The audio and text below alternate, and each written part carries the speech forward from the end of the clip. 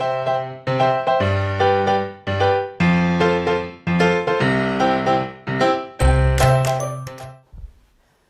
morning, everyone, and welcome back to Morning Scriptures. Today we are on Numbers chapter 20, and it is titled Water from the Rock. In the first month, the whole Israelite community arrived at the desert of Zin, and they stayed at Kadesh. There Miriam died and was buried. Now there was no water for the community, and the people gathered in opposition to Moses and Aaron. They quarreled with Moses and said, "If only we had died when our brothers fell dead before the Lord. Why did you bring the Lord's community into the wilderness that we and our livestock should die here? Why did you bring us up out of Egypt to this terrible place? It has no grain or figs, grapevines, or pomegranates, and there is no water to drink." Moses and Aaron went from the assembly to the entrance to the tent of meeting and fell face down, and the glory of the Lord appeared to them. The Lord said to Moses, "Take the staff, and you and your brother Aaron gather the assembly together. Speak to that rock before their eyes, and it will pour out its water. You will bring water out of the rock for the community, so that they and their livestock can drink." So Moses took the staff from the Lord's presence, just as he commanded him.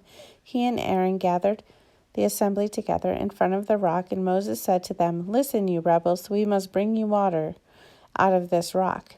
Then Moses raised his arm and struck the rock twice with his staff. Water gushed out, and the community and their livestock drank. But the Lord said to Moses and Aaron, "Because you did not trust in me enough to honor me as holy in the sight of the Israelites, you will not bring this community into the land that I give them." These were the waters of Meribah, where the Israelites quarreled with the Lord, and where he was proved holy among them. Moses sent messengers from Kadesh to the king of Edom, saying, "This is what your brother Israel says. You know about all the hardships that have come on us. Our ancestors went down into Egypt, and we lived there many years. The Egyptians mistreated us and our ancestors, but when we cried out to the Lord, he heard our cry and sent an angel and brought us out of Egypt. Now we are here at Kadesh, a town on the edge of your territory. Please let us pass through your country. We will not go through any field or vineyard or drink water from any well. We will travel along the king's highway and not turn to the right or to the left until we have passed through your territory." But Edom answered, "You may not pass through here. If you try, we will march out and attack you with a sword." The Israelites replied, "We will go along the main road, and if we or our livestock drink any of your water, we will pay for it. We only want to pass through on foot, nothing else." Again they answered, "You may not pass through." Then Edom came out against them with a large and powerful army. Since Edom refused to let them go through their territory, Israel turned away from them. The death of Aaron. The whole Israelite community set out from Kadesh and came to Mount Hor. At Mount Hor, near the border of Edom, the Lord said to Moses and Aaron, "Aaron will be gathered to his people. He will not enter the land I give the Israelites, because both of you rebelled against my command at the waters of Meribah. Get Aaron and his son Eleazar and take them up Mount Hor. Remove Aaron's garments and put them on his son Eleazar, for Aaron will be gathered to his people. He will die there." Moses did as the Lord commanded. They went up Mount Hor in the sight of the whole community. Moses removed Aaron's garments and put them on his son Eleazar, and Aaron died there on top of the mountain.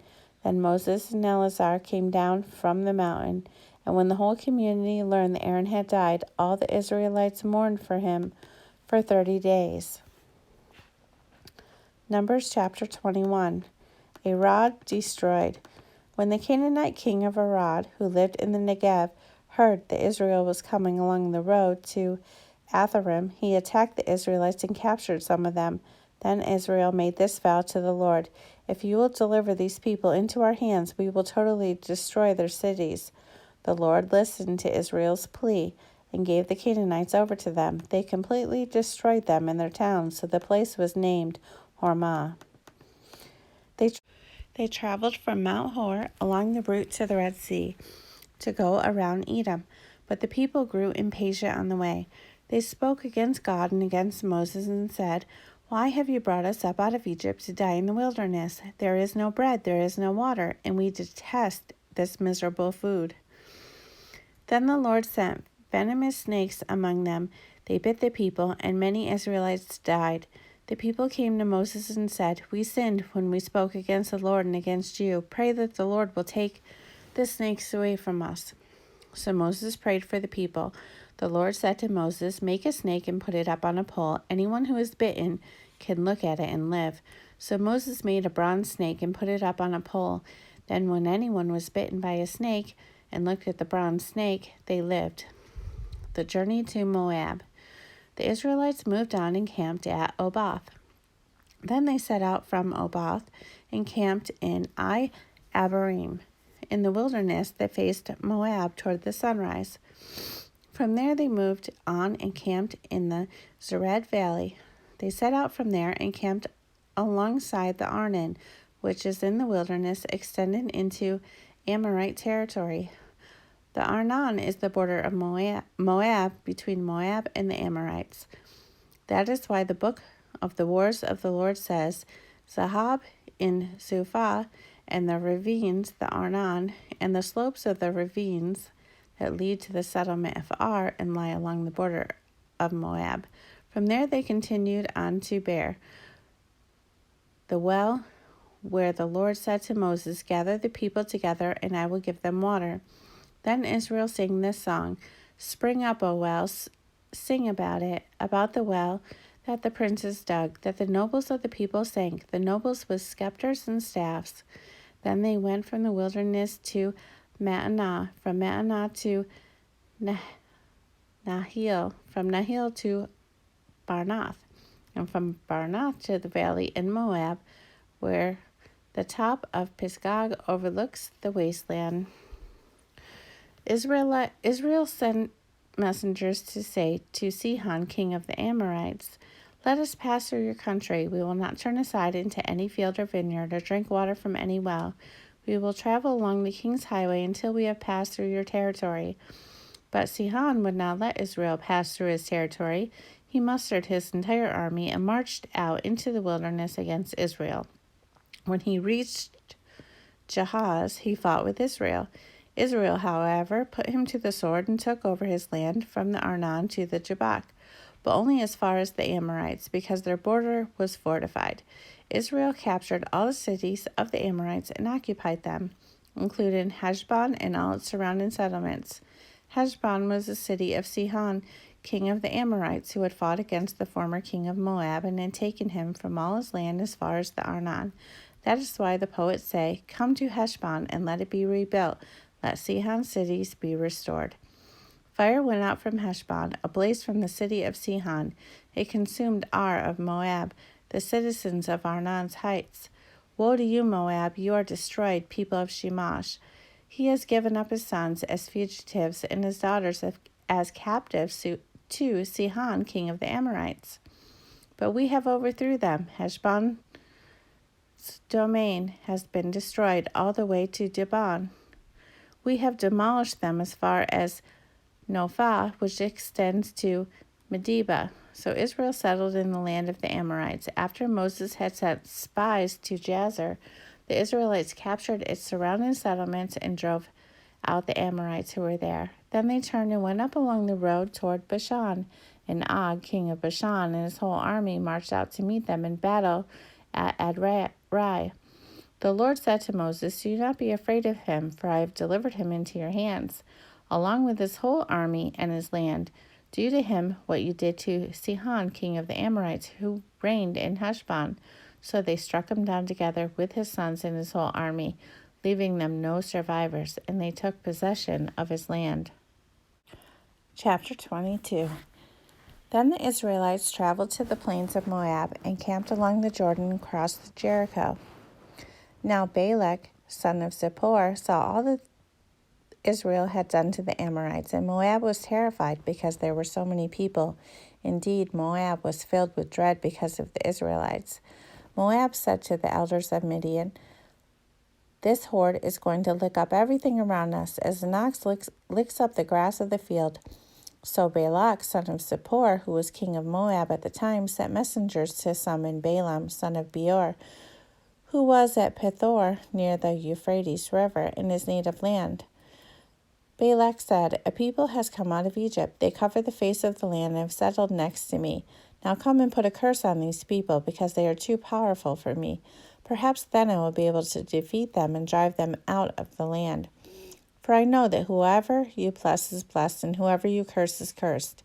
The elders of Moab and Midian left, taking with them the fee for divination.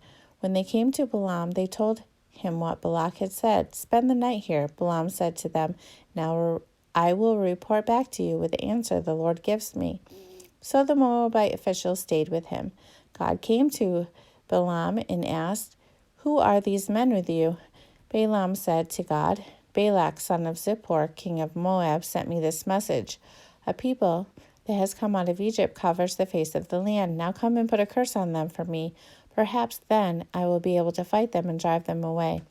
But God said to Balaam, "Do not go with them. You must not put a curse on those people, because they are blessed." The next morning, Balaam got up and said to Balak's officials, "Go back to your own country, for the Lord has refused to let me go with you." So the Moabite officials returned to Balak and said, "Balaam refuses to come with us." Then Balak sent other officials more numerous and more distinguished than the first.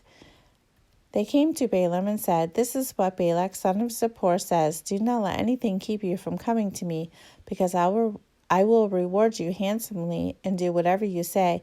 Come and put a curse on these people for me."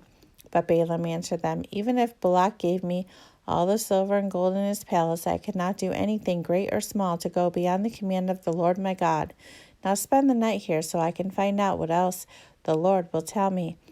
That night God came to Balaam and said, "Since these men have come to summon you, go with them, but do only what I tell you." Balaam got up in the morning, saddled his donkey, and went with the Moabite officials. But God was very angry when he went, and the angel of the Lord stood in the road to oppose him. Balaam was riding on his donkey, and his 2 servants were with him. When the donkey saw the angel of the Lord standing in the road with a drawn sword in his hand, it turned off the road into a field. Balaam beat it to get it back on the road. Then the angel of the Lord stood in a narrow path through the vineyards with walls on both sides. When the donkey saw the angel of the Lord, it pressed close to the wall, crushing Balaam's foot against it. So he beat the donkey again. Then the angel of the Lord moved on ahead and stood in a narrow place where there was no room to turn, either to the right or to the left. When the donkey saw the angel of the Lord, it lay down under Balaam, and he was angry and beat it with his staff. Then the Lord opened the donkey's mouth, and it said to Balaam, "What have I done to you to make you beat me these 3 times?" Balaam answered the donkey, "You have made a fool of me. If only I had a sword in my hand, I would kill you right now." The donkey said to Balaam, "Am I not your own donkey, which you have always ridden to this day? Have I been in the habit of doing this to you?" "No," he said. Then the Lord opened Balaam's eyes, and he saw the angel of the Lord standing in the road with a sword drawn. So he bowed low and fell face down. The angel of the Lord asked him, "Why have you beaten your donkey these 3 times? I have come here to oppose you, because your path is a reckless one before me. The donkey saw me and turned away from me these 3 times. If it had not turned away, I would certainly have killed you by now, but I would have spared it." Balaam said to the angel of the Lord, "I have sinned. I did not realize you were standing in the road to oppose me. Now if you are displeased, I will go back." The angel of the Lord said to Balaam, "Go with the men, but speak only what I tell you." So Balaam went with Balak's officials. When Balak heard that Balaam was coming, he went out to meet him at the Moabite town on the Arnon border at the edge of his territory. Balak said to Balaam, "Did I not send you an urgent summons? Why didn't you come to me? Am I really not able to reward you?" "Well, I have come to you now," Balaam replied, "but I can't say whatever I please. I must speak only what God puts in my mouth." Then Balaam went with Balak to Kirath Huzoth. Balak sacrificed cattle and sheep and gave some to Balaam and the officials who were with him. The next morning Balak took Balaam up to Bamoth Bel, and from there he could see the outskirts of the Israelite camp. Okay, everyone, that is the end of Numbers chapter 22. I hope you have a great morning, and I will see you later.